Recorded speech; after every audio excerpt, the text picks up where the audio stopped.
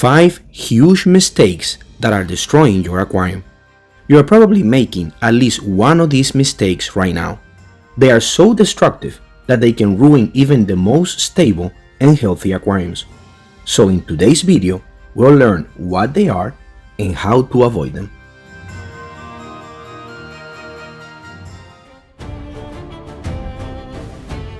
Your aquarium will never be as beautiful as it will be the day you take it apart. If you've ever had an aquarium that was an algae madness or that couldn't grow healthy plants, then it might be difficult to agree with me. But I'll tell you exactly what I mean, and afterwards, if you still don't agree, then please by all means let me know in the comments.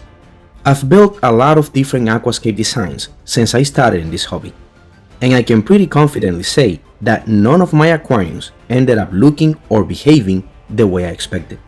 But with every failed attempt, I learned something and tried something different, and my aquariums started changing, improving, and it still happens today.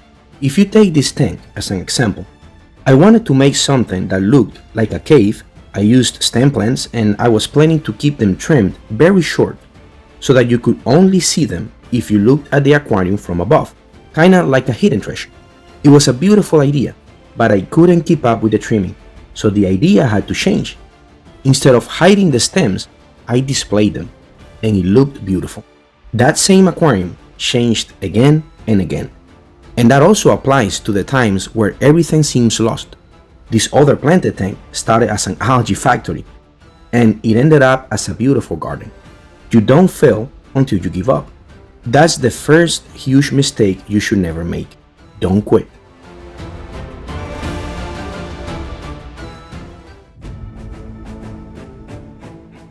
Yes, sunlight can be a mistake. And it's a mistake you can make even when you already know better. I'm telling you this because I just made it myself. I've known for many years that direct sunlight will create massive algae problems in an aquarium. But I had kept a tank outside before and managed to keep it healthy and algae-free by decreasing the light intensity. So I tried it again with a new setup I have outside. I have these big windows, and I thought I could use the sunlight coming through them to avoid using as much artificial light. It didn't work. I have so much algae now that I could probably sell the algae instead of the plants. There were a few factors from that previous outside tank that I didn't consider this time around. The first was the sheer amount of time it took to get it under control. And I also had to use corrugated plastic to cover it so the light wasn't so strong. But the biggest factor I forgot about was the frogs. They would lay their eggs in the water, and the tadpoles were acting as a free algae eating crew before leaving the tank once they were big enough. In a regular aquascape, that doesn't happen. Your algae eaters cannot leave it if there's not enough food. You can't just add a bunch of them to keep the algae under control, because once the algae is gone, they have nothing to eat. Many of them won't eat anything other than the algae that grows naturally in your planted tank. All this to say that using sunlight is messy.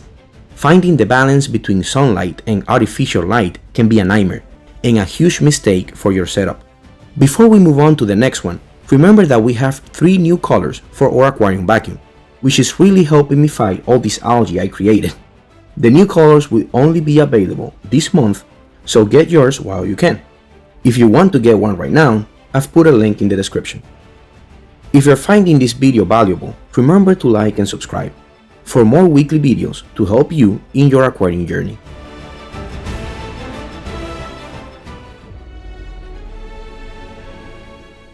The mistake here is not about choosing between high-tech or low-tech. It is the fear people have regarding how the plants were originally grown. Most of the plants sold in this hobby are grown out of water because it is both cheaper and faster to produce them that way. If you have an already established aquarium and very good filtration, this might not be a problem. The leaves will melt when you first introduce them to your tank because they have to start growing underwater, which is a completely different type of growth. Plants look and behave entirely differently when they are submerged. If your conditions are great, those plants will melt back. Bad, they will also grow back in a couple of weeks once they adapt to the aquascape. Now, a lot of us don't want to wait those 2 weeks, or we don't trust our parameters enough and want to skip that adaptation process entirely. We do that by buying plants that are already grown underwater. But this is where the mistake happens. I've noticed a concern about using plants grown in a high-tech environment for a low-tech planted tank. I get questions in the comments and from customers who fear that if a plant was grown with CO2 or high lighting, it won't make it in an aquarium without those things.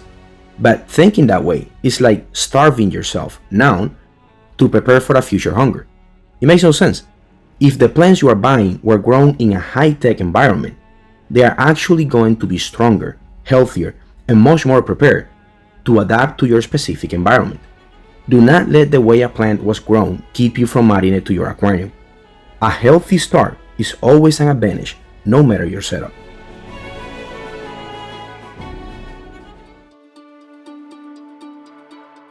A very common mistake is trying to force plants to grow by adding too much fertilizer too soon.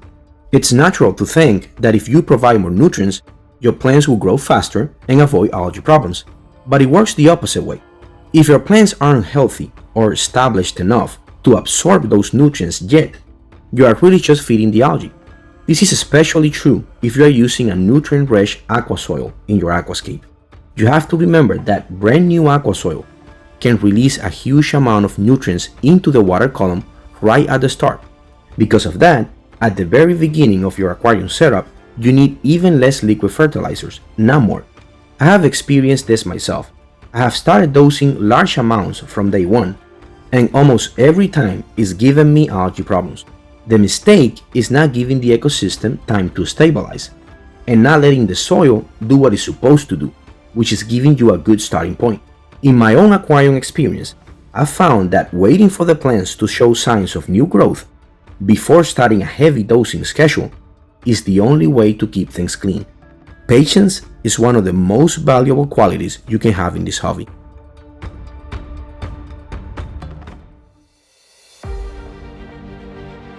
The final huge mistake that can destroy your aquarium is the obsession with a specific pH level.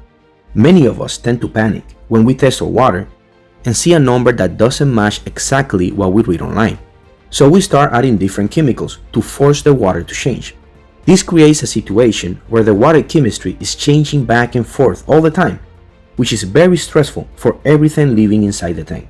Most livestock and plants in an aquarium are very adaptable and would much rather have a stable pH that is slightly off than a perfect pH that is constantly swinging up and down. When you start dumping chemicals into your aquascape to force a specific parameter, you often cause more stress and damage than the original number ever would have. I've learned that consistency is the key to a healthy ecosystem, and constantly changing your water chemistry will most likely lead to a total collapse of the biological balance. Stop worrying about achieving a specific measurement and focus instead on keeping your water parameters steady over the long term. If you have ever made one of these mistakes or have a trick of your own that helped save your aquarium, please share your story in the comments so we can all help each other stay successful in this beautiful hobby.